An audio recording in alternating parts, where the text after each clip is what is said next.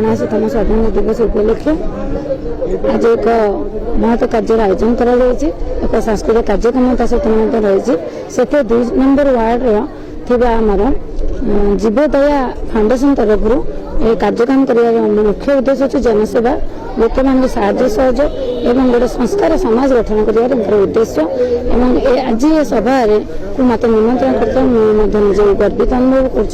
कर एक समाज में नूतन चिंताधारा नहीं बर्तमान युवपीढ़ी बंची रही निश्चय भाव स्वागतयोग्य पदक्षेप एवं यही युवपीढ़ी मान धन्यवाद कृतज्ञता जनइबी निश्चय भाव युवपीढ़ी मान चेष्टा कर उद्यम जारी रखिए ए समाज सुनार समाज हम एवं प्रत्येक कार्य लोक मान गरीब लोक मान साहय सहयोग मिल पार एवं समाज अति संस्कार समाज गठित हो पार। अक्षय कुमार पात्र मु आज खुशी बहुत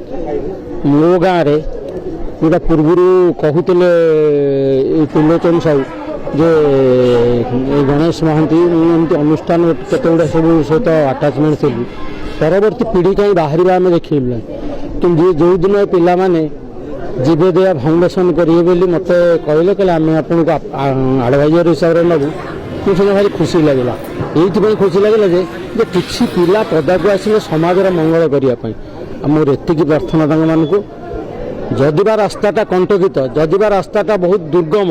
किंतु पिला माने पारिए बोली मोर आशा अच्छी निश्चित 100% ये संस्था ये अनुष्ठान आगू आगू माड़ी चलिए भगवान के प्रार्थना से उत्तरोत्तर उन्नति हो। त्रिलोचन साहू आईनजीवी आज आम अंचल युवक मैंने एकत्रित हो गोटे नूतन समाज सेवा संगठन जीवोदय फाउंडेशन भित्तिप्रस्तर स्थापन कर अंचल विभिन्न मौलिक समस्या तथा जो सब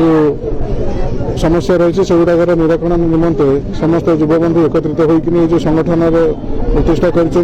गोटे महत् उद्देश्य नहीं प्रतिष्ठा कर स्वाधीनता दिवस से जो कार्यक्रम जो आयोजन कर निश्चित भाव स्वागत योग्य और आगामी दिन में से जो उद्देश्य रखिक संगठन को प्रतिष्ठा कर सफल रूपायन हो मुझे मो तरफ जी संभव मु साहय सहयोग करी तथा आगामी भविष्य शुभेच्छा जनाई रही।